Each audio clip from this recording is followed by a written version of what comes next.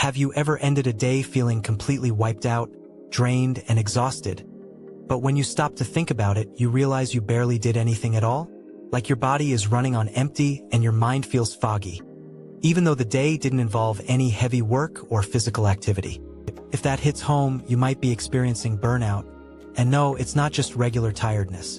Today, I want to talk openly about what burnout really is, why it sneaks up on so many of us, and most importantly, how to start healing from it gently and effectively.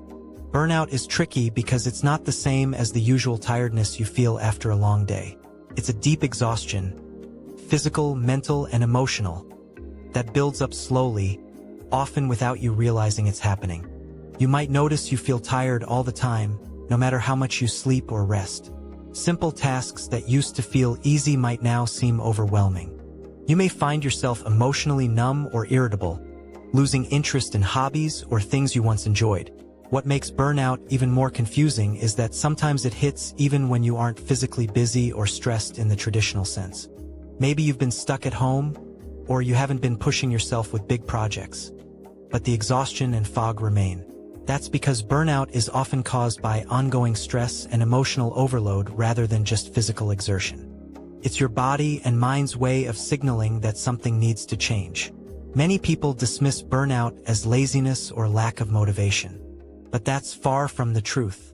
It's a very real state of depletion that needs attention and care, not judgment.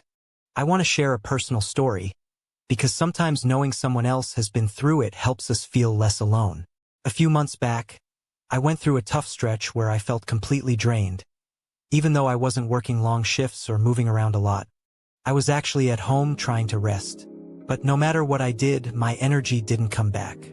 I struggled to focus on even the smallest things, and everything felt like climbing a mountain. I was frustrated with myself, thinking maybe I was just lazy or not trying hard enough.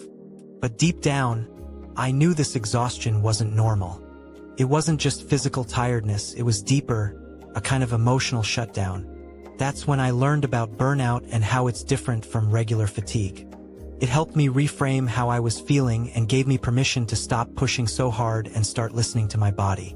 So, how do you begin to recover from burnout? First things first, rest isn't a luxury, it's a necessity. Give yourself permission to slow down without guilt. Burnout often comes from pushing too hard or carrying emotional weight without enough recovery. One simple but powerful practice is to set aside just 10 minutes a day to sit quietly and focus on your breath.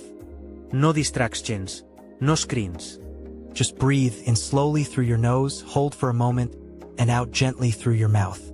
When your mind wanders, gently bring your focus back to your breathing. This mindful breathing calms your nervous system and helps break the cycle of constant stress. Next, try journaling.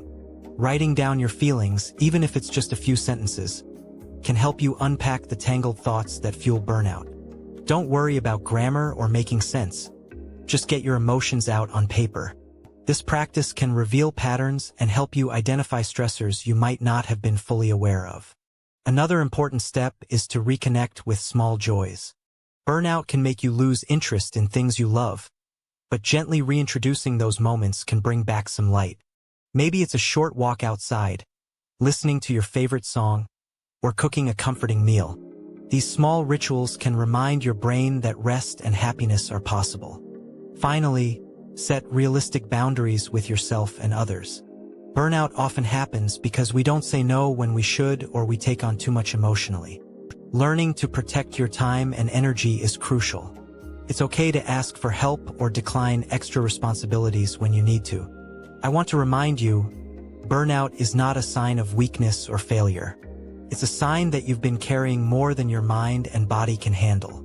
Healing from burnout takes time, and it's okay to move at your own pace. Be kind to yourself as you recover. Celebrate small victories, like getting out of bed or spending a few minutes breathing peacefully. You are not alone in this. So many people go through burnout, and it doesn't mean you're broken or lazy. It means you've been human in a world that often demands more than we can give. Give yourself the grace to heal, and remember that taking care of yourself is the bravest thing you can do. If this video helped you understand burnout better or gave you some hope for healing, please hit that like button. It really helps the channel grow.